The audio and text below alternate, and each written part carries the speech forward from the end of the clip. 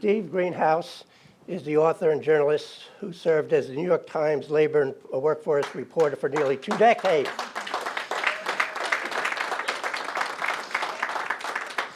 His reporting was held with such esteem that he became known as the Dean of America's Labor Reporters. Steve's first book, The Big Squeeze, Tough Times for the American Worker, won the 2009 Sidney Hillman Book Award Prize. And now he's written a new book, Beaten Down, Worked Up, The Past, Present, and Future of American Labor. It's a great book. It's really a great book. I highly recommend it. Steve has also participated in public events here in the past. Welcome back, Steve. Good to have you. As president of the New York City Central Labor Council, Vinny Alvarez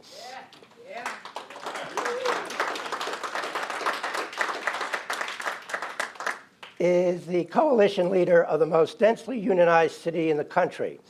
He's the first Latino president of the council, an organization that brings together 300 local unions from every trade and occupation of the New York economy.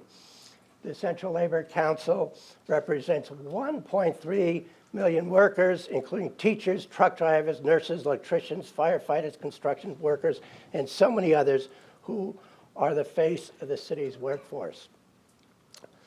Vinny also happens to be a member of our advisory board as well, so that in particular makes him a very important person. Randi Weingarten, who will be joining us shortly, one of the most nationally prominent labor leaders representing 1.7 million workers.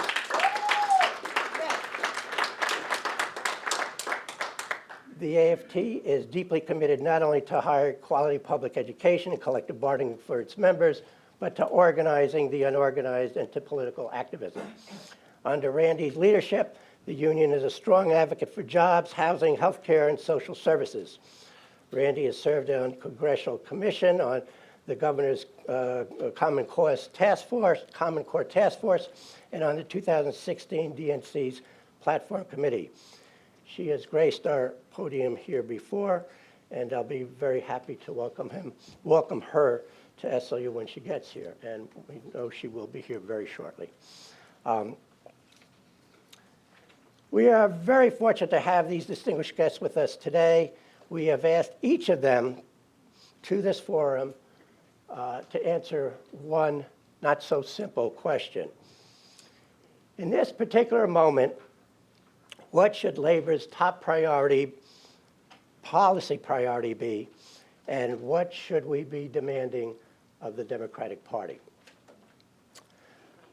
Here's how we're going to proceed. We will ask each panelist to speak for 15 minutes. I will then direct 1 or 2 questions from the podium, and then we're going to open it up to the audience for Q&A. That work? Good. We're going to start with Steve. Steve, please welcome Steve Greenhouse. Thank you. Thank you. Good morning. Good morning. Very nice crowd on a Friday morning, and I'm impressed that they're all missing today's impeachment hearing.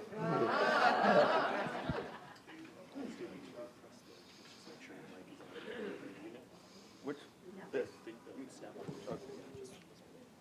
Okay, much better. So very nice to be invited by the School for Labor and Urban Studies. Clearly, you're getting off to a good start. So today we're here to discuss, expanding worker rights in the 21st century. And I'm sure that many of you will agree with me that one way to expand worker rights is to expand labor unions, because it's labor unions that so often have gotten corporations and government to expand worker rights and labor rights. But another way to expand worker rights is to educate Americans about worker rights and about how Americans are often lacking in fundamental worker and labor rights. And I write my book in part to educate and explain some of this. First and foremost, I wanted to explain the role of labor unions in American history and all that they have accomplished. I was concerned that far too many Americans, especially young Americans, know far too little about unions and what they have done for tens of millions of Americans over the years. It often seems to me that many Americans think that the 40-hour week was handed down by God. I explain, no, the 40-hour work week was won by, through decades of struggle by workers and their unions. I also explain in the book that, thanks to unions, we have pensions and employer-sponsored health coverage and paid vacations. And there's much truth to the bumper sticker, unions, the folks who brought you the weekend. Unions also help bring basic civil rights. In law school, I learned about this, this landmark 1939 Supreme Court decision, Hague versus CIO, which was the key decision in American history, saying that that Americans have the right to public assembly, and that involved a labor protest across the river in Jersey City.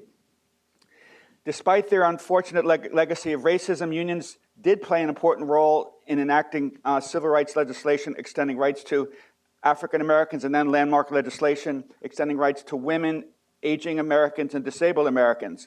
And unions played an important role in winning enactment of another right, the Family and Medical Leave Act, an important step forward, but still woefully inadequate compared to what to leave rights that workers have in other industrial countries. In my book, I write of Clara Lemlich, a 23-year-old immigrant worker from Ukraine, which has been in the news lately. She spearheaded a famous strike in 1909 that took place 2 miles south of here, the uprising of the 20,000 female garment workers. They were fighting not for a 40-hour work week, they were fighting for a 52-hour work week, down from 56 hours. And they were fighting for other important labor rights: the right not to have to pay for the needle and thread, the right to have paid holidays, the right not to be forced to work an extra 4 or 6 hours a night, the right to be able to join a union without being punished. And they won all those rights. Whoa. So I'll speak louder.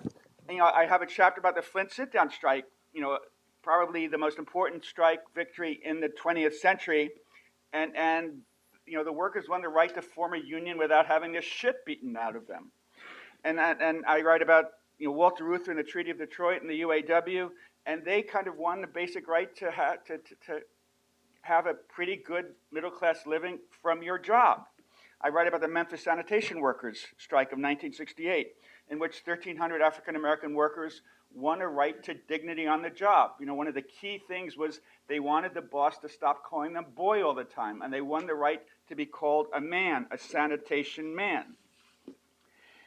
I'm sorry to say that we've seen a rollback of worker rights and labor rights in recent years, as corporations, billionaires like the Koch brothers, and conservative politicians have cooperated to reduce worker rights and labor rights.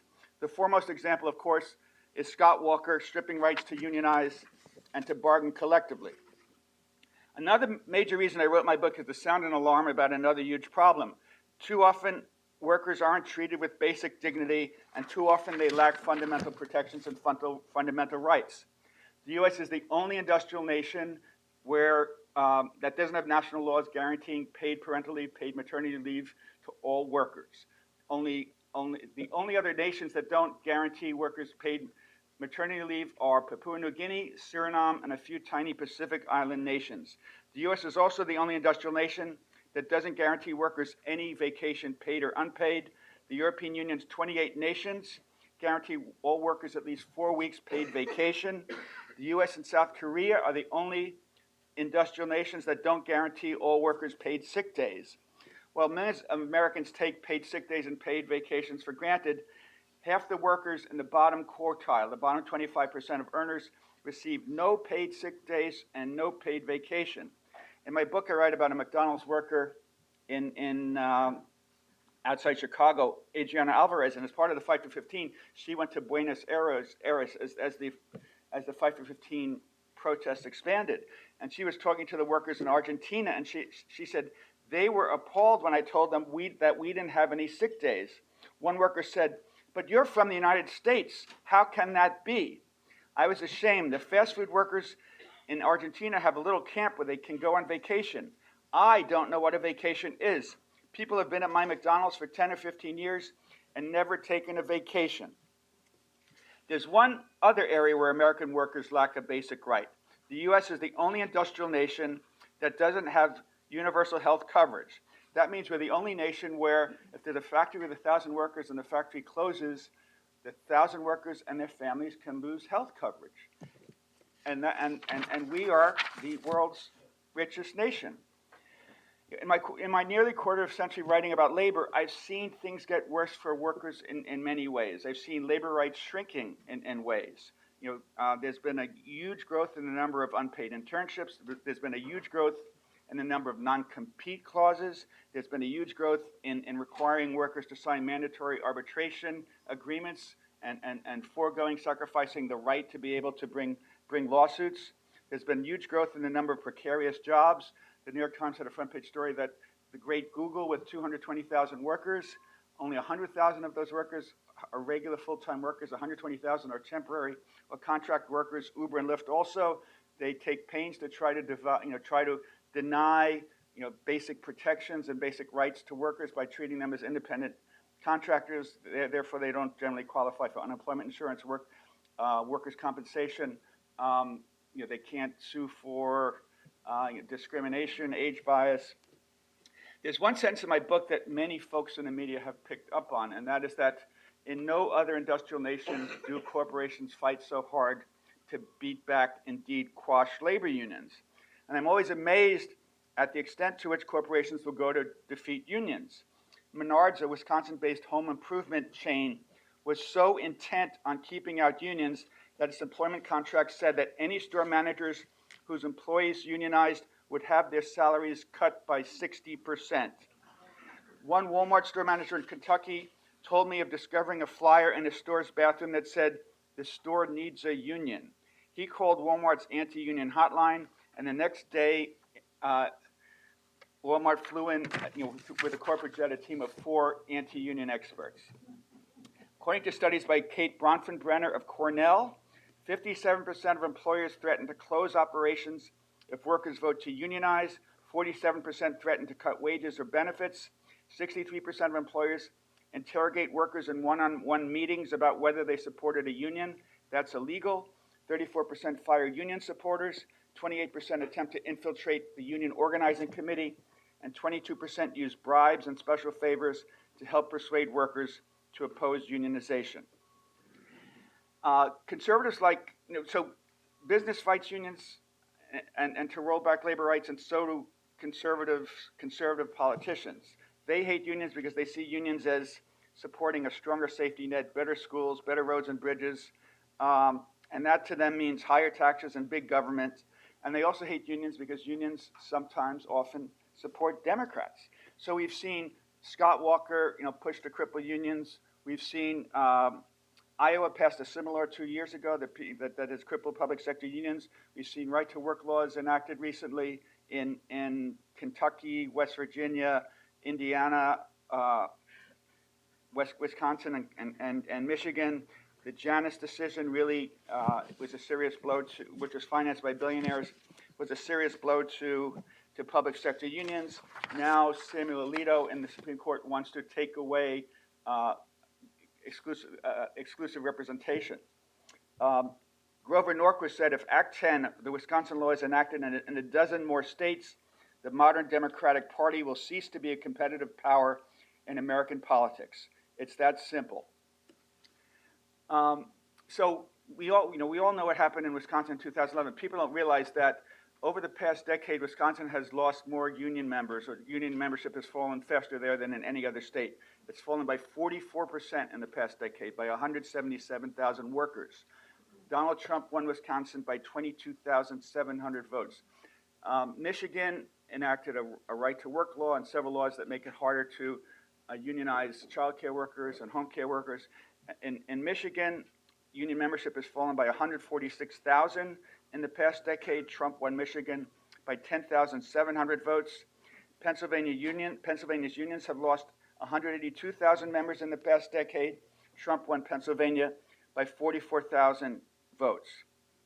A study done by Alexandra Hertel-Fernandez of Columbia University and some other labor experts concluded that when anti-union right-to-work laws are enacted, the Democratic vote share drops by 3.5%. Trump won Michigan by 0.2%. He won Wisconsin by 0.8%. Our political system is increasingly skewed in favor of corporations and against workers. in the 2015-16 election cycle, corporations donated $3.4 billion to politicians, which is more than 16 times as much as unions, which spent $213 million. Each year in lobbying, corporations spend almost $3 billion. In Washington, unions spend less than 1/60th, only about $48 million. So it's no coincidence that Congress rushed to enact a $1 trillion tax cut for corporations when corporations were already enjoying record profits. And it's no coincidence that Congress is, or at least one house of Congress is doing nothing to raise the minimum wage, even though it hasn't gone up in a decade. And we're seeing the NLRB move extremely aggressively to weaken unions. Many people realize that now it's pushing to take away the right of workers to use the company email system to communicate with each other about workplace conditions and unions.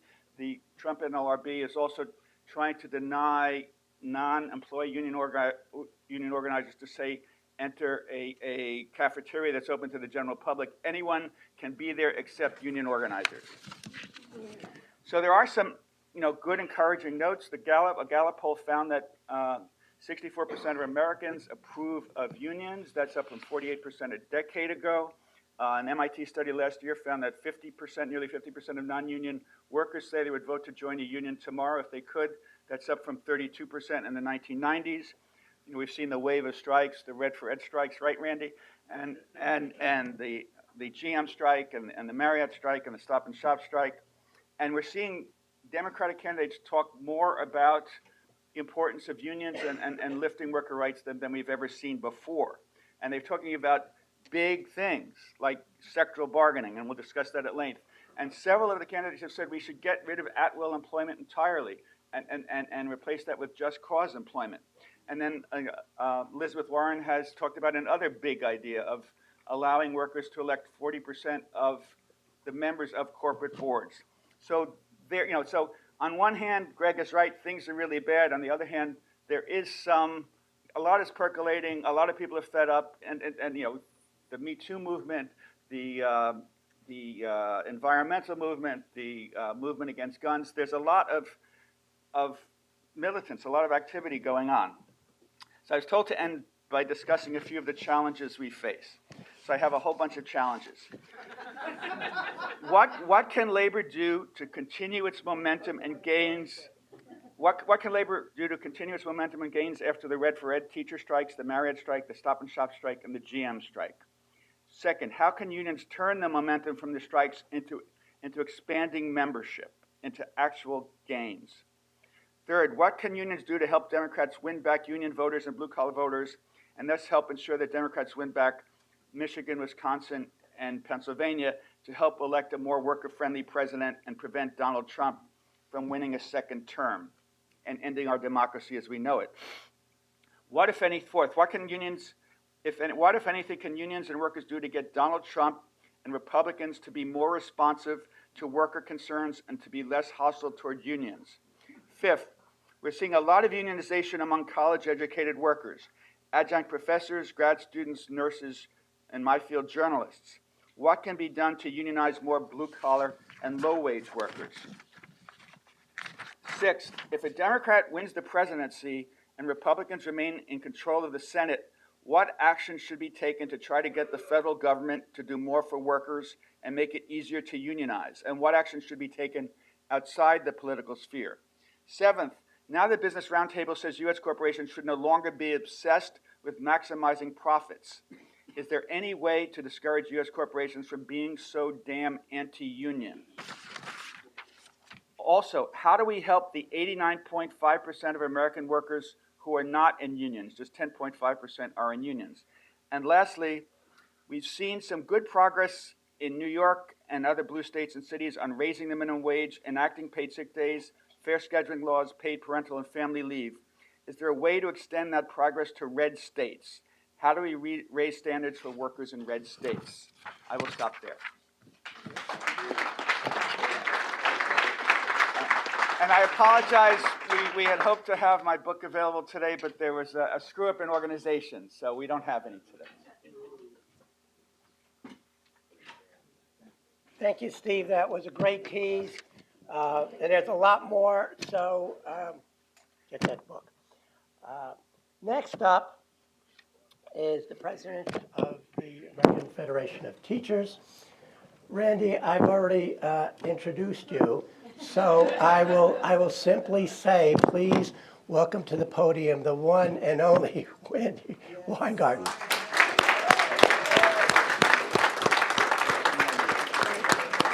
Thank you. So, should I use this? Yeah, you're Or good. should I have to, You're good. is it on? Yeah, it is. Yeah, it's. Now I it's got it. on. Yeah. Can you hear me now? Good. Here, Steve. We're collaborating. So first, I'm really glad to be here, and I'm really glad that Steve wrote the book. I'm really glad that the Labor Center is doing a panel like this. And there's actually one word that I'm going to say.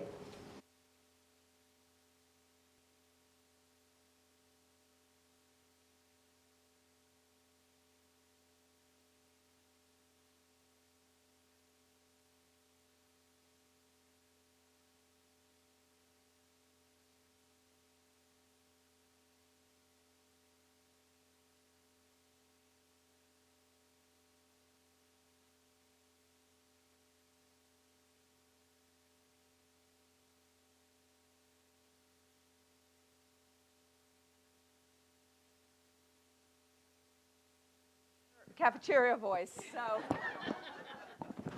there's many different ways of skinning this cat. Is it on or? Yeah. Fantastic. Okay.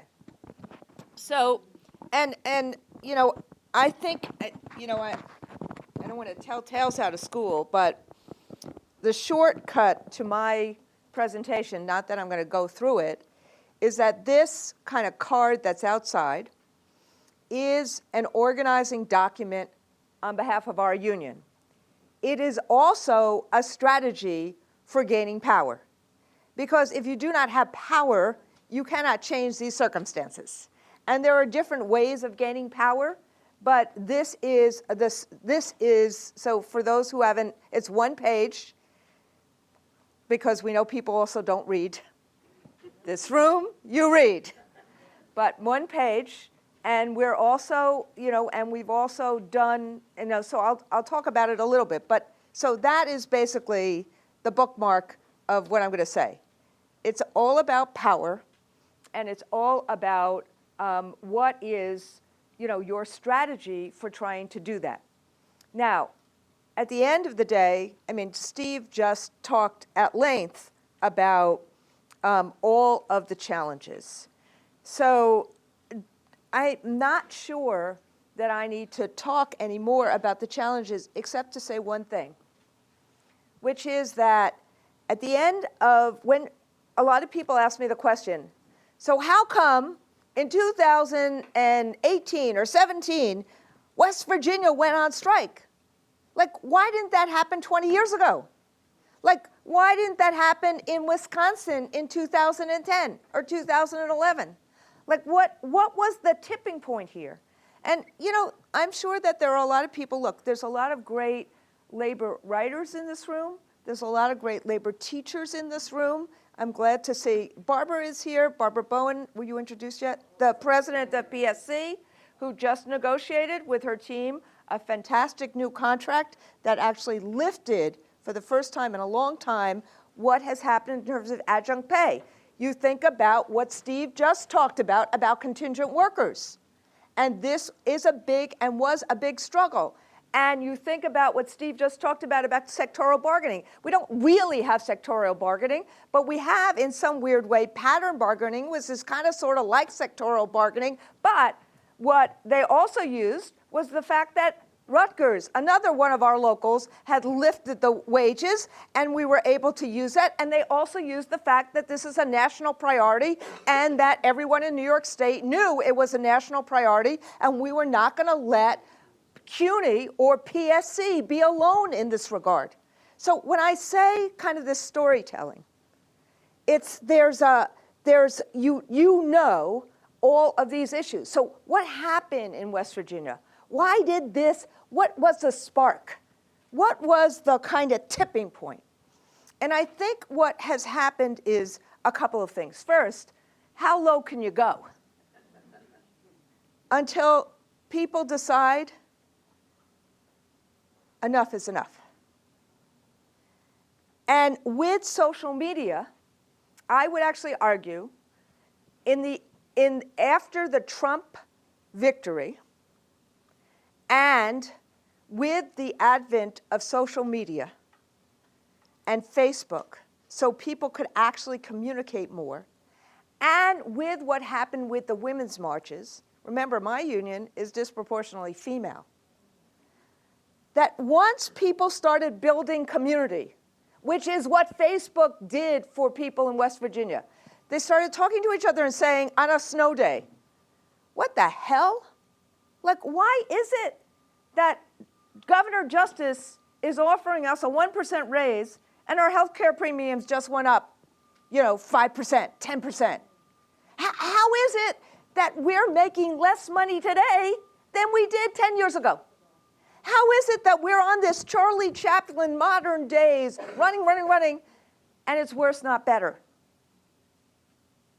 And in some ways, since West Virginia totally voted for Trump, they're like, oh, and this wasn't the hopey, changey thing either. So something happened that there was people talking to each other. And the thing that we did, which didn't get a lot of play initially, was this. Internally within our union, I'm sure this happened within NEA, I got you can't go on strike in West Virginia. You can't do this in West Virginia. I basically said, and look, I'm a lawyer, so I could out-lawyer the lawyers. I basically said, I don't want to see the legal brief. Good, fine. Thank you for telling me all of the different reasons that, all of the different fears you have. You've now done your job. And I called our West Virginia folks, and I said, the National will support you in anything you do. And we will be side by side with you in anything we do. We are your backstop. We have your back. We're building community. And do not take the safe way out here. My judgment. Do not take the safe way out. Now, frankly, in West Virginia, I don't think they could have, even if they wanted to. But the fact is that we created an infrastructure, a back office in terms of the union, to try and make sure that they had the support that they needed to wage the battle they needed to wage. So what was the trigger? I think they decided after the women's marches and after despair was so great and frustration was so great, enough was enough. Despair ought not be the strategy. Organizing ought to be the strategy, not agonizing. However, many of us are Jewish and we agonize a lot anyway, regardless. But organize, don't agonize. Yes, organize, don't agonize. But I tell you that because I think that the people who think, it was a Twitter moment or a Facebook moment. No, that really did help the mobilizing. That was really important. But if you don't organize and have infrastructure on top of that to make it successful, it ain't gonna work. And that is also, Exhibit A of what PSC did in the absence of a strike, and that's also Exhibit A of what LA did and what recently Chicago did. So how do you create power? I just felt like I had to tell that story first. How do you create it? How did we create it years ago? Density. Density was how we created power. You all know that chart. We were a third of the population. So, and as when unions were a third of the population, we had, growth, the highest middle class. We've seen that chart. Steve has talked about that chart. And as that has diminished, we have had less bargaining power because there are less people. And then there's less bargaining, or there's less political power because there's less members in unions. So the issue of having people, that's a way of having power. But how do you actually do something about that? So in our union, we have a little phrase, community is the new density. And not in a way that says, oh, let's put a press release out so we can get community support. That's bullshit. If that's how you're thinking about it, it ain't gonna work. It has to be really, really, really part of your DNA as a union in 2019 that you are about community aspirations. You have to be. Now, frankly, it may be easier. I would actually argue that that's what you saw in the Stop and Shop strike, and that's what you saw in terms of the Marriott strike. What was the line? And it's not just what was the hashtag. What was the line that Unite Here used in the Marriott strike? One job should be enough. One job should be enough. Stop and Shop. These are grocery store workers in northeastern United States of America. People in Massachusetts, Connecticut, and Rhode Island would not walk into that Stop and Shop, those Stop and Shop stores. They completely lost their Easter and Passover business because of the loyalty between the public that use those stores and the grocery workers. So what happened here? What am I talking about in terms of also power? So power is numbers, but power is also narrative. It's not just organizing. Organizing is absolutely vital. Infrastructure is absolutely vital. Rank and file support is absolutely vital. But if you don't tell a story that people feel, and they feel that they are in there, it ain't gonna work. And I'm not saying storytelling for storytelling's sake. What does Trump do that's better? I mean, he's a venal psychopath. And that's on a good day. What does Trump do well? He's a snake oil salesman. He can market anything to anybody. He has no moral code. But he tells a story. He tells a story about himself, and he tells a story about America. And he tells a story to those who are frustrated, and it's more than frustration, because it's a toxic brew of white supremacy and frustration. How does the white supremacy come out? Resentment. Look where you are. You were supposed to be part of middle class. Look where you are right now. And if you listen, and we've spent a lot of time in rural areas, if you listen, you hear people say, well, they cut the line. Who are the they? LGBT are the they. Immigrants are the they. Frankly, women are the they. There's a lot of misogyny. So it's not just racism, but it's everybody who is other. So it's not just the fear, but it's resentment. And if you listen to what he just did in Louisiana, if you listen to what he did in Kentucky, you listen to his speeches, it's an art form that is really sick and scary. So my point is, what's our narrative? Are we going to be shaped by their narrative? We were for a long time. You know, the teachers union, all we do is protect people who ought not be teaching. That's being shaped by their narrative. We got to be shaped by our narrative. What was the narrative in Chicago? You all know it. And yes, you use media to then advertise it. We were on, what did the National Union do? We worked with all of them. We spent the money, you know, thousands of it. Thousands of it. That's what our dues go to. We advertised on black radio. We advertised on progressive radio. We did huge digital advertising in the first few days of the strike. That was part of framing because what Lori Lightfoot did was she said she made a bet, which is in some ways the bet that a lot of progressive bosses make, which is, okay, we'll do money. We'll do a raise. Teachers need a raise. But, you know, all those conditional things, those are managerial prerogatives. We're not going to touch that. We want to have the control of the shop.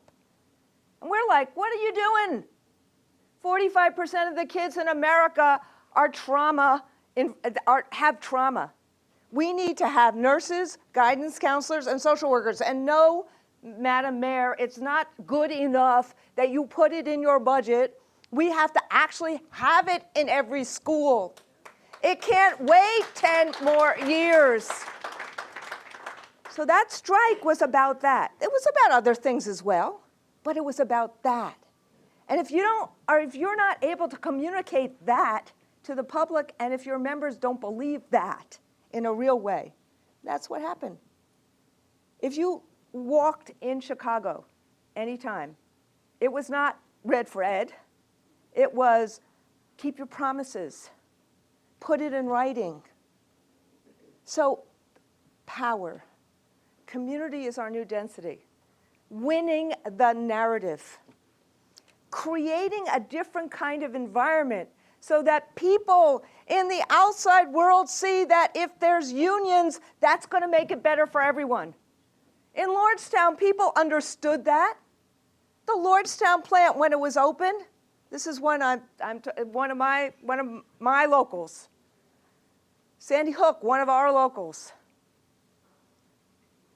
People in communities said, you know, when GM workers got a raise at the Lordstown plant, it meant that on Main Street, there was a whole lot more spending. The argument I see, Teresa, that I make all the time about pensions. I said this in Florida yesterday. You know, when a pensioner has $1 in his or her pocket, or their pocket, it creates $2.17 of economic activity in a community. It's an economic development lever. Why would you take pensions away from people? So what I'm saying is this notion of narrative, density, community, because at the end of the day, we have to actually win elections. Because what Steve just talked about in terms of how do you change this, in the 1930s we had this too. Yes, the National Labor Relations Act, the first one, before Taft-Hartley. That was an amazing act. But the GM workers didn't, or the Ford workers didn't just have it. They had to fight for it. And it was part of the New Deal. Because it was a sense of if workers end up having power on the shop. So we needed people in government to actually give us these kind of rights in order to then, organize in a more rapid way. That was really important. That is part of why this environment today, what Steve just talked about the 64%, people thinking about unions as important, it changes an environment. So what's happening? The candidates are tripping over themselves about, wanting the PRO Act and wanting, the other kind of labor acts that we really need. But, and this is where I'll end.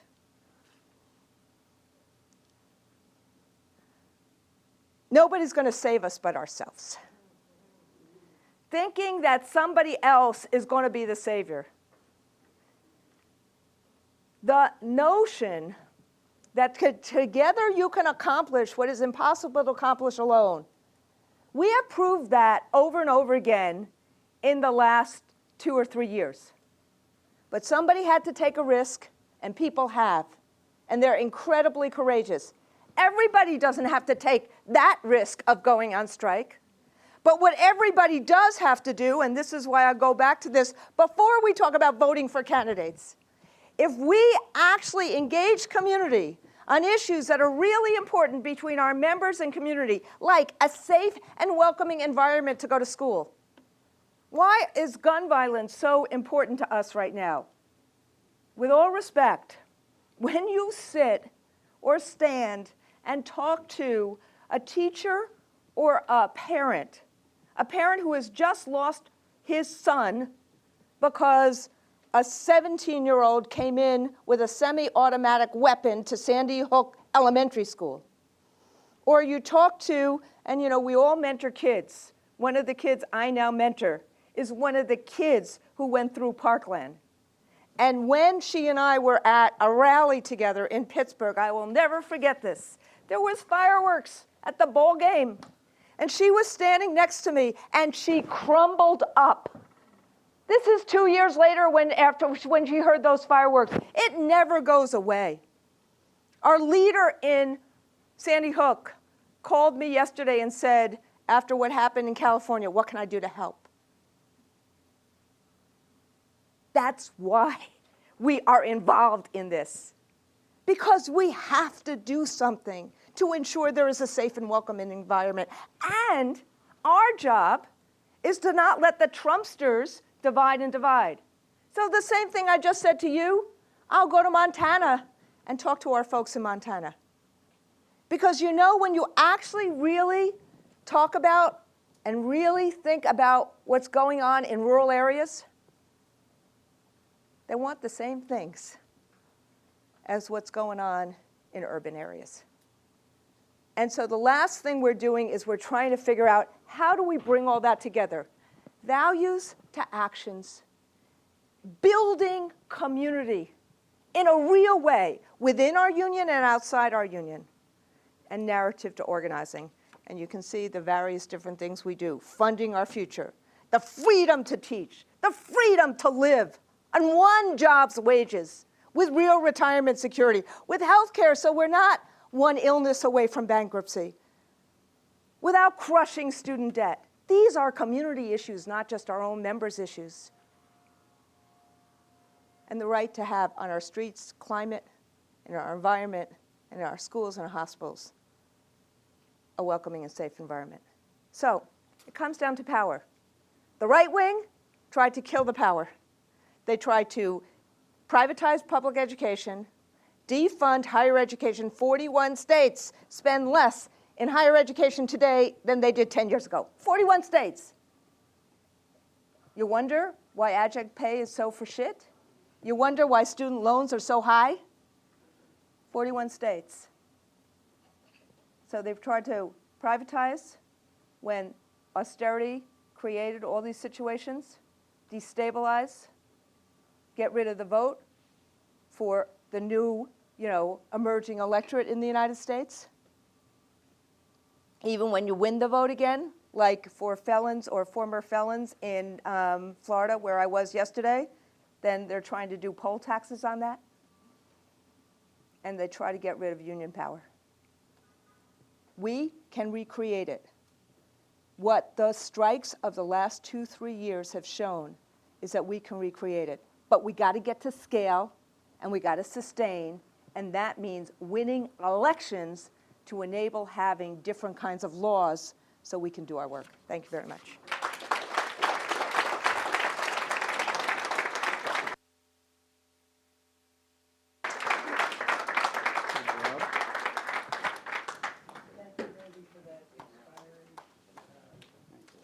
What? Thanks. Before we move on, I do want to recognize one more member of our Labor Advisory Board. He happens to be the chair of our advisory board, Arthur Chiotis, the former president of CW 1180 and current business manager. Our next and final speaker for today is the president of our own Central Labor Council, Vinny Alvarez.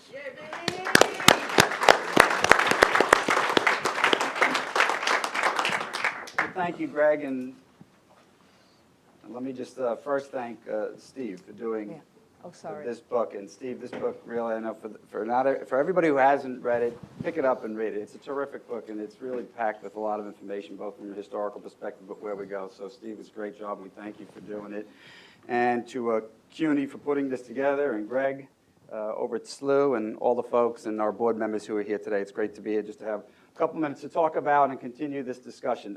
Randi spoke a lot about power. I'll begin there because about a month ago, Randi and I were down in D.C. I know you think we spent the entire panel that we were in D.C. talking about. It was entitled A New Economy for a New Century, and we spent a tremendous amount of time talking about power and what it means for workers and the imbalance of power and the shifting of power in the past several decades now in this country, and the real practical consequences that that has had for working people. So what I would like to do is maybe we'll spend a few minutes and we'll talk about some of the possible remedies. Greg asked me to talk a little bit about if there is a change at a certain point here in power at the federal level. Is there anything particularly that we can look forward to that maybe that could help us address a little bit that imbalance of power, as well as thinking big and thinking about the other things which we need to do, because there's no one panacea for the problems that have taken place and taken us nearly 40 years now to get here.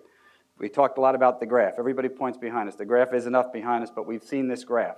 The graph for the past 35 years in this country that shows this decline in density of union workers, which essentially just means less powerful working people each and every day in the workplace to try to have a collective voice in the workplace about determinations and policies which are going to affect their economic well-being. And we've seen also our economy, which hasn't worked well. And this imbalance outside of the workplace, they're all connected. But the dramatic rise, certainly in income for the top 10%, roughly for the past 35 years up until about 2015, it's roughly over 205%, whereas for the bottom half of working people in this country, essentially stagnant wages, slightly less than 1%. We've had a slight increase in that over the past years, but nothing significant and nothing that's going to undo 40 years of economic stagnation and an attack on working people in this country. And then, as Steve mentioned, half of non-union members under that MIT report, that's over 60 million members that would join the union tomorrow, the 64%, if they had the opportunity, the 64% in the latest Gallup poll. These are high watermarks. You couple that with the 85,000 workers that were out on strike, 13 different strikes earlier this month, okay, in 1 week, in the first week of November of this month. This past year, 435,000 workers went on strike. That is also a high watermark since 1986, okay?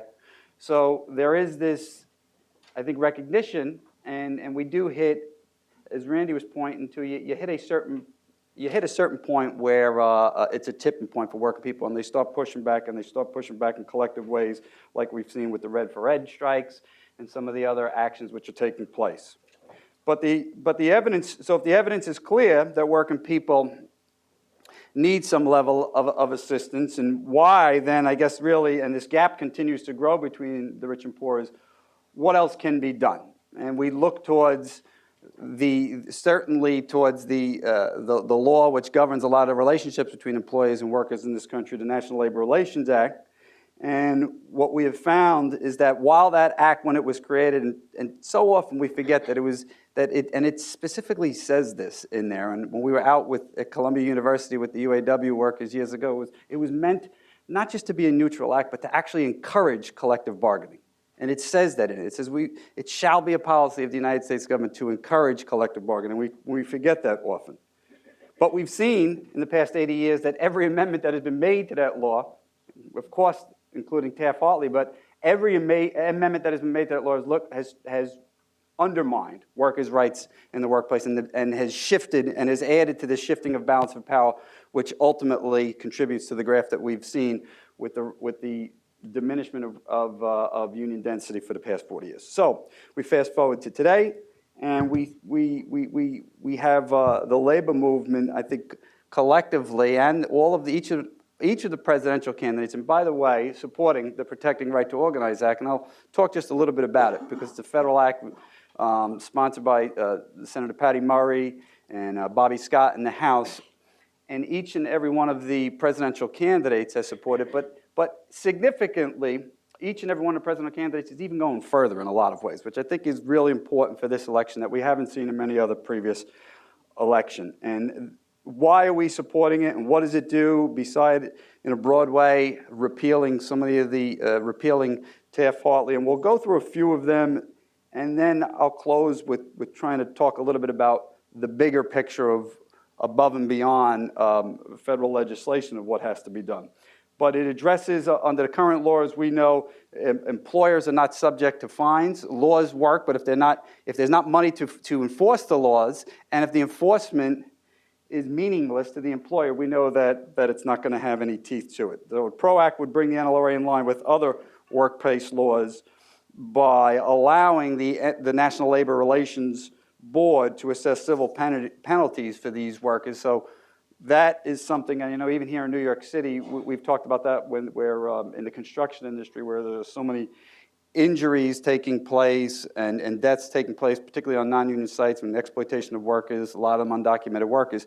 Fines do matter. Enforcement matters. Laws are important, but enforcement matters, and making sure that those fines are significant matter as well. 34% of workers are fired in organizing campaigns, and what ensues usually after that is a very long process where that worker is impacted and being out of work simply for exercising their rights to join a union, which, again, the National Labor Relations Act says they're trying, the federal government is trying to encourage collective bargaining. So the PRO Act would require the NLRB to seek an immediate reinstatement, get an injunction, and seek a reinstatement if they find cause to believe that worker has been terminated, and quite often that is the case. 34% of workers that are impacted by that. Worker interference. We know about the captive audience meetings. It bans those. Steve referenced the pre-hire agreements where workers are giving up their rights that they're having workers sign often. The PRO Act is going to prohibit and banning these things, which as well can begin to help with the balance of power, particularly in workers who are trying to exercise their right in the workplace. It goes further than that in a lot of other ways as well. Congress gave the workers certainly the right to strike, but we've all seen when workers are fired during strike. So banning of replacement workers, it does that, which can be helpful. It allows workers to go to court, to actually petition to go to court, private right of action to go to court, to sue and enforce their rights if the NLRB does not comply. So, and act promptly with them. So that overturned the case of, it was Epic Systems. That was the Gorsuch-backed case, the very anti-worker case, Epic System versus Lewis, that we could thank Judge Gorsuch for leading the charge on that one.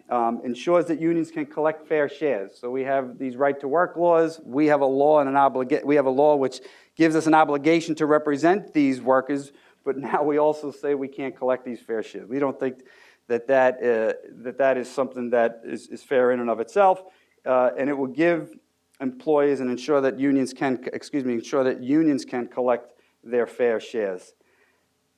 For anybody who's been involved in an organizing campaign, and let's acknowledge that organizing is probably the hardest job in the labor movement. Getting that first contract is very hard. 52% of unions, of newly formed unions, never even get that first contract. The Protecting Right to Organizing Act, again, it has a mechanism in it which is going to mandate mediation and arbitration within the first year. If 52% of the units aren't getting a contract within the first year, and we deal with this on a regular basis here in New York City with unions who overwhelmingly voted to have a union in the workplace but run into this problem, this can be helpful in remedying that with a mediation and arbitration clause put into the contract and really make the union card mean something when they get that first contract in place. Two other things quickly which it does.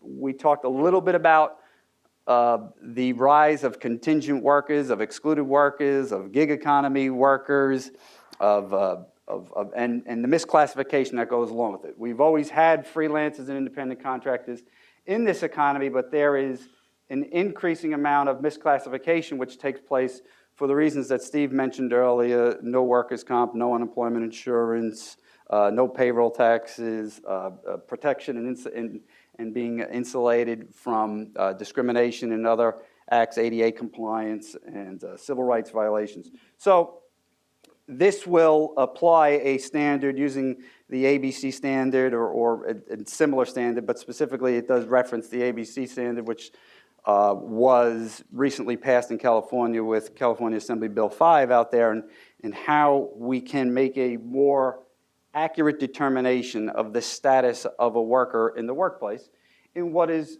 sometimes, with the presence of technology, to a growingly complex decision. and a question. So this standard would help and assist in that. And then, of course, protecting solidarity is what the labor movement is all about.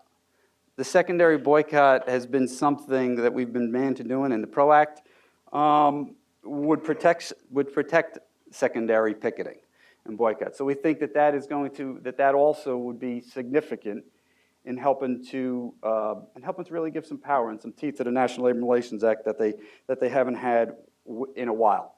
But so it's important. It's a piece of federal legislation, but look, we've also seen over the years in the 1970s, during the Carter administration, certainly more recently with Barack Obama and the Employer Free Choice Act, none of these laws are a panacea and are going to solve the problems for now decades of weaknesses and an imbalance of power and the disruption of the balance of power in the workplace. But we do think that this piece of legislation, and it is supported by a majority in the democratically controlled House, has broad support amongst Democrats in the Senate. There's only, I think, 6 Democrats right now who haven't signed on. I think the last time I checked in about a week ago, it was 6 senators in the Senate that weren't signed on. But we do think that is a good start. Is it enough in and of itself? No, I don't think so, because I think we have to go further. But when we talk about regaining potentially, because this is only going to be possible if there is if the Democrats regain control of the Senate and the presidency, what else can be done? And I think that you have to look at, in addition to the undermining of the National Labor Relations Act and that impact that it has had on workers, there has been a complete disruption of the ecosystem, okay, which middle class and workers come to rely on. And what I mean really by that is, true, laws are important, and the National Labor Relations Act is critical to us having the support to work with various workers and make sure that they have a voice in the collective voice in the workplace. But it goes beyond that. We see that and in order for all of this to work and to come together, this ecosystem has to come together. We have to have protections for the working class and the middle class, strong workplace protections, and working people generally in the courts, even beyond the National Labor Relations Act. And we've talked about, and some of you are part of the Central Labor Council, we've talked about how that during the past 3 years of a Trump administration has been significantly disrupted. Monetary policy, fiscal policy, tax policy, the regulatory framework. There are so many different ways, and as Randi mentioned, just basic how we fund the government. Not only education, but of course education, but other things. When all of these different aspects are moving in a direction towards the most powerful people in society that are down in Congress each and every day. You want to talk about the healthcare industry and Big Pharma and others. They have, for each and every member of Congress, they have permanent lobbyists permanently assigned to the halls of Congress each and every day. And Steve mentioned about the work that we're doing in the labor movement in lobbying, but how there's a total imbalance compared to what corporations and the most powerful, not only domestic corporations, but international corporations have each and every day down there. So when one part of the framework, which we've come to expect and put together during the New Deal years, was constructed to put together to try to help encourage collective bargaining and shift the balance of power in favor of the working people in this country. When that's disrupted, that's bad enough. But when you add all these other levels of disruption against and in favor and disrupting the balance of power, as we get back to that again, because this is all about power in the workplace and in society. And when you talk about that and voting, we talked about monetary policy, fiscal policy, tax policy. Who is creating these policies which are impacting our communities, which are impacting our workplaces, which are impacting the localities in which we all come from each and every day? I think it begins to tell a story about why that graph is the way it is and why the disparity and the insecurity, the economic insecurity exists today that we've seen and that we haven't seen in nearly 100 years in this country. So what else can we do? In the remaining 1 minute, I'll just say 1 or 2 minutes is, yes, look at federal legislation. Yes, of course, support strong labor candidates. By the way, last week, 2 weeks ago in elections, we elected 400 union candidates throughout this country, led by the American Federation of Teachers, who elected 67 members. So that, to various positions. We have to engage. There was a military commandant years ago who said, we have to shift and have a new version of a 3-block war, where they do traditional fighting on one block, and they do peacekeeping missions on another block, and then they do humanitarian missions on another block, and the same soldier has to do it simultaneously. Well, we in the labor movement have to have our own version, okay, of a 3-block war. And we have to do traditional politics and legislation, of course, and we're always going to continue to do that at the federal level, the state level, local level. We have to have a growth strategy and an organizing strategy.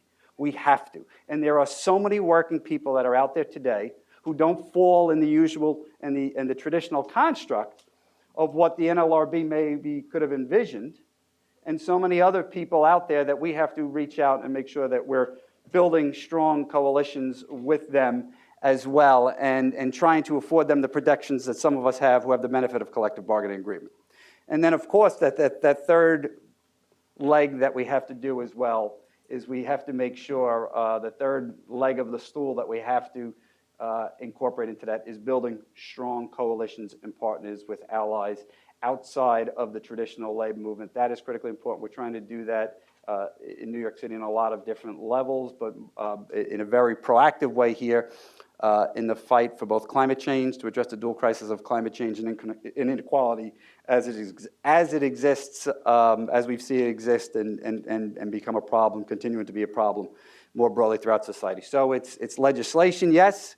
It's what we do for sure, and how we do it. Let's look at our institutions. Let's look at our structures, because as Steve says in his book, unions are one of the only ways to continue to have a sustainable long-term strategy, a long-term organizing strategy. Institutions do matter, organizations matter. Let's retool them. There's nothing wrong with that. Let's do more of what we do well, and let's figure out what we haven't done well in a modern society and in a growing and rapidly changing economy, how we can extend the benefits of workplace protections and try to shift that balance of power in a way which is going to help working people. So, thank you.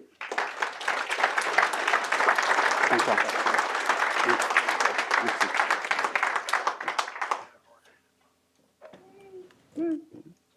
Thank you, Vinny, for that roadmap. I think in the interest of hearing from the audience, I'm going to pass on my questions to the panel and ask for some comments and more specifically questions. We are short on time, so I ask that you keep your questions short, that you introduce yourselves, tell us who you are, and if you could, phrase your comments in the form of a question, in somewhat not of a convoluted way. So what we're going to do is take 3 questions, and then we'll ask the panel to respond. Yes. Hi.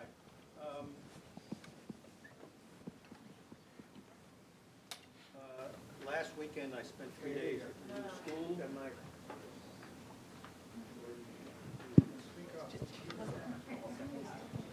Last week, I spent 3 days at the new school on a program called Who Owns the World? And it was talking about the advent of cooperations and corporations internationally, local, among professions and workers. My question is, how does this new movement, which is growing, affect unions? Because these were not unions, these were cooperatives. Okay, thank you. Questions? Yes. My name is Irving Lee. I just want to point out that the impeachment campaign against Trump has nothing to do with domestic policy, it has to do with his foreign policy. They're not for Trump in Russia, and it's for Trump for Syria. So you got to be careful what you ask for in this situation. But the question I have is the Democratic Party. For the panel, does it make any difference in terms of who gets elected, who gets chosen as a Democratic candidate at the local level and the presidential level? in terms of winning support in contested states? Yes. Which wing of the party? Yes. Well, But hold on, one more question. Thank you. For Mr. Alvarez, do you know what the CLC is doing to support public bank in New York State or New York City? And are unions, union money, union pensions involved in getting these type of banking going? Thank you. By the way, those were 3 great questions, short and to the point. Thank you. Who wants to go first? Into Steve. cooperatives. Yep. I'll answer democratic politics. Okay. On cooperatives. Exactly. I don't know if this is working.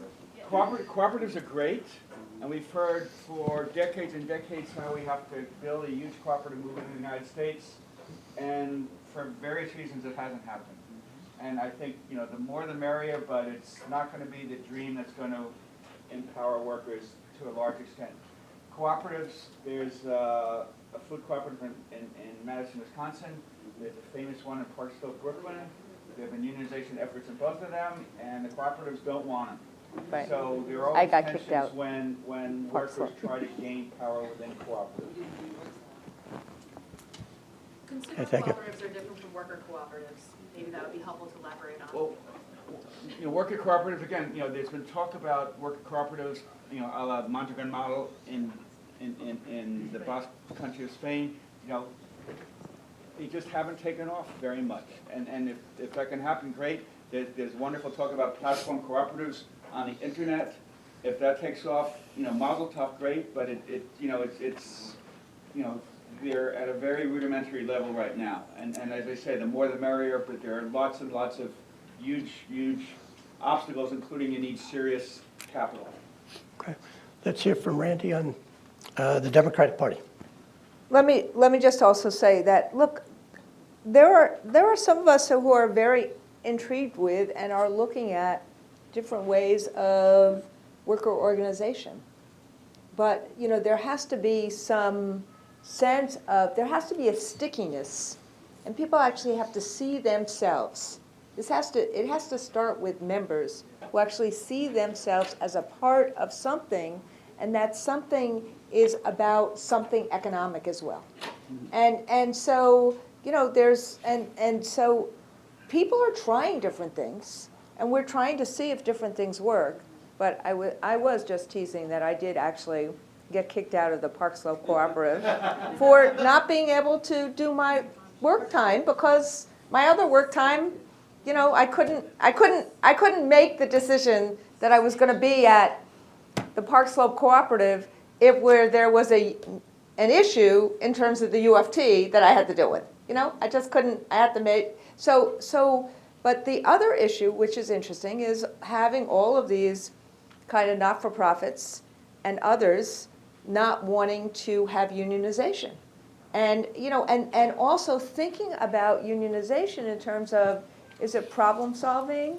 Is there steps and stairs to get to different things? Like we have had, we've done a lot of union organizing in charters now.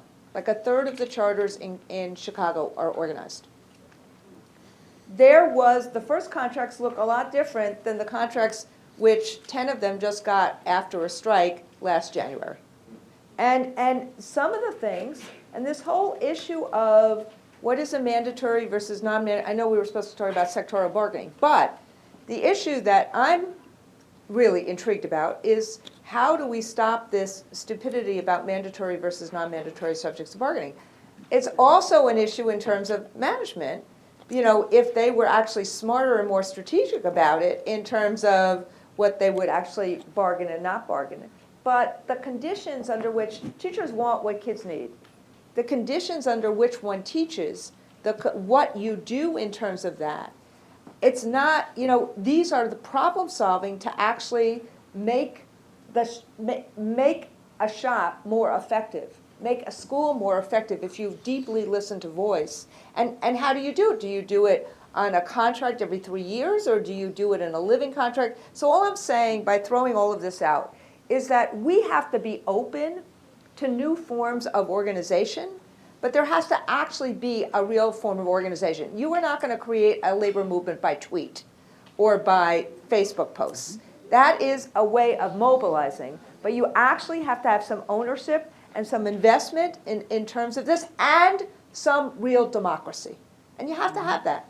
So on the Democratic Party, speaking of democracy, on the Democratic Party, look, there's a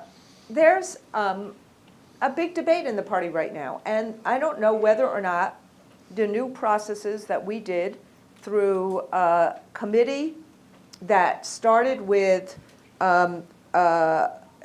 Hillary and Bernie agreeing to reshape the rules in 2016.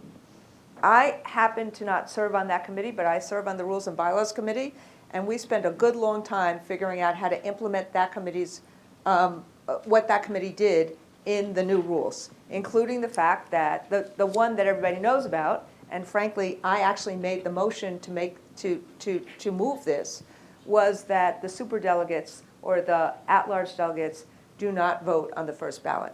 Now, I mean, but before you clap, the people who opposed that at the meeting that we had were basically the civil rights community, because these rules were put into place. I'm just, remember I said, Lee Saunders and I, we moved it. And we had a lot of conversations with a lot of our friends who were really mad at us because because people who worked on the Jesse Jackson campaign kept talking about we needed these delegates to create the diversity. And it does. If you look at if you look at the convention in the Democratic Party, it is, I mean, just look next time at the Democratic Party convention and the Republican Party convention. You can, but so the question, yeah, good point. The question is, will this new process, where we've also tried to figure out, how people can, vote electronically, but also not have all the issues in terms of, who's interfering. We've tried to kind of deal with all of this stuff. So there's much more openness in primaries. The caucuses look more and more like primaries because take Iowa. Okay, what happens if you are, on the wait staff in a hotel in Des Moines and you can't get off from 7 to 9? How is that fair to you in terms of caucus structure? Yet a lot of people say the caucus structure is fair. So basically this was, how do we take what is a very imperfect design and actually try to get the will of the people expressed? And frankly, I think we're going to know by March, 75% of the delegates are going to be selected. They're going to be selected. And there's not, and so we're going to know where the people who vote in Democratic primaries, our job is to get engagement, to get people off the sidelines, to make sure that people have a fair a process and make sure that Democrats can actually make a real decision. What we're seeing, what we're seeing even in our membership is what we've seen nationally, which is that older Democrats are going for Biden. Younger Democrats are going for Warren and then Bernie. And that the rest of the candidates, except for Buttigieg, who's now kind of moving up in Iowa, are not getting any kind of play in any real way. Is it because there's too many, or whatever? Is it because, but that's what we're seeing in terms of our membership. At the end of the day, if this is an election that's not just about what we don't like in Donald Trump, but this is also an election in how do we actually get something done for working people. And there are arguments on both sides in terms of moderate versus more progressive. But the Democratic Party, let's be clear, it has moved fundamentally to a more progressive worker people orientation regardless. And that's part of the reason why you now have these late entries of Michael Bloomberg and Deval Patrick, because that is about they've watched this process. So I'm not going to wade into the debate about who it should be. I think the people who vote in these primaries and caucuses are going to tell us who it should be. And the only thing I hope is I really, really, really hope that it gets done on the first ballot in the convention and that we do not have multiple ballots. Thank you. Thank you. Can I Let's just, go to Vinny. yeah, let me just take the On issue the about banking, yeah. public banking, because it ties into postal banking, which we've been working on with Central Labor Council for over years, and the American Postal Workers Union, the campaign that they have, because it addresses the same, I think, some similar issues. And I'm glad you brought it up. The answer is yes, we're involved in it. The answer is we're going to continue to meet with folks on this, both from within the labor movement and outside, to discuss this, because there are too many banking deserts throughout, even in this city. We've been, the Postal Workers Union and the congressional delegation that we were working with last year on this were looking at the Bronx specifically as one of the areas where this is most magnified. And we have literally communities that are underserved with respect to banking. I know New Jersey's now doing something. I just in the past week at moving forward with a state public bank. Is that the answer, or is more community banking through the U.S. Postal Service and extending some of which has infrastructure in place already, dispersed throughout communities, throughout the city, throughout the state, throughout the country, and many other nations utilize the Postal Service to do basic forms of banking that can really put money in people's pockets. But if you go a little bit above and beyond that and talk about a public bank, then you can address issues like the exploitation of students and student debt crisis. And maybe you can renegotiate their loans. It's something that is more reasonable, acceptable, and should be. So I know it's an ongoing discussion, but we're talking to folks about it as well, because we think there's a real need. Okay, so we're getting to the end of the time here. If people are willing to stay for one more quick round, I see a lot of heads nodding. Okay, let me suggest 3 rapid-fire questions and 3 rapid-fire answers, okay, so we can squeeze a little bit more audience participation. Okay, let's go there. Yeah. Out of the Democratic candidates, who has the best program to strengthen labor unions, or does it matter? Okay, and you are? Teresa. Thank you. Okay, next, Howard. Yeah, okay, in there. Hi, I'm Lou Grouper, CWA 1101. I'm also on the steering committee. I'm also on the steering committee of New York Labor for Bernie. I'm glad that Randi brought up the 2018 strikes in the 3 states, in West Virginia, Oklahoma, and Arizona, because there are so many lessons from those strikes that we really have to absorb. A friend of mine, Eric Blanc, wrote a book called Red States Revolt, available very cheap from Verso. If you haven't read it, please get a hold of that book of the lessons. As far as the politics go. Quick question. Quick. I hate to see what a non-rapid question. Bernie and Trump both won every county north of Westchester in 2016. So I know my candidate can definitely beat Trump. Your question? Okay. Next. Okay. No, okay. Howard. I don't think actually anybody knows. If anybody, I mean, all I would say to all of us is that wherever, that no one right now knows what's going to happen on November 3rd, 2020. I mean, we're all going to make great best cases for why we like whoever we like, but let's have a little bit of humility here and actually do the work to get out the vote. Half the people in America didn't vote, who could vote, didn't vote last time. So let's I'm just asking us, we have revamped our process to make it first and foremost about engagement, because we got to get people off the sidelines and have to get people feeling empowered and engaged in their own destiny. Right. So I get worried sometimes when we have like this either or, and people say, if my candidate doesn't win, I'm opting out, or this is going to happen. We want people, at least in my union, we want people to be really, really, really engaged.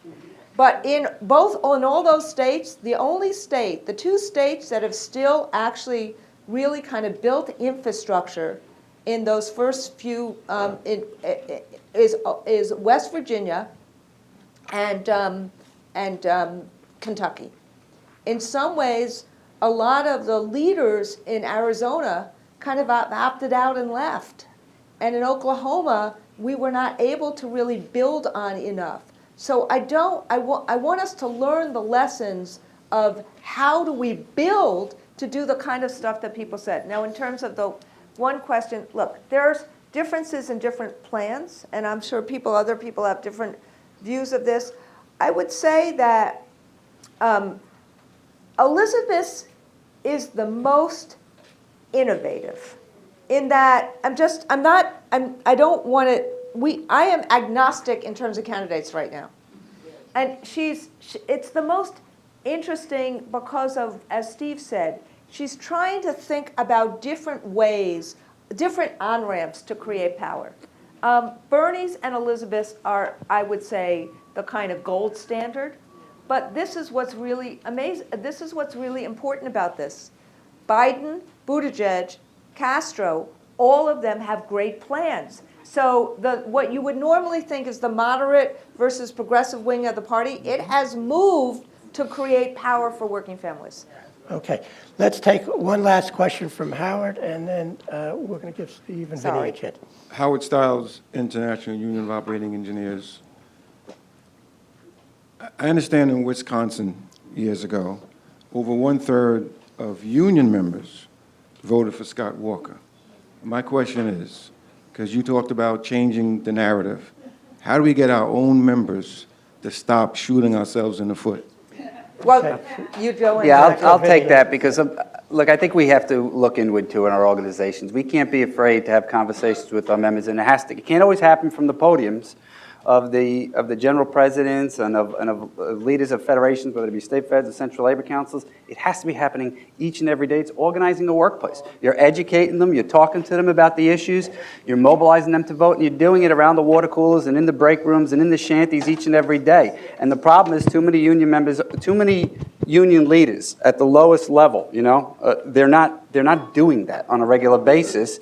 And we're relying on either an email or a newsletter or a robocall in order to change that come election time. It doesn't work. Let's look inward and let's get back to work.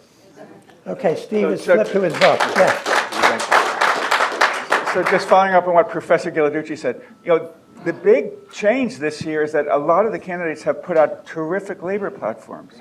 And not just Bernie and Elizabeth, Yeah. but Booker has, Yeah, and Buttigieg Booker has too. Exactly.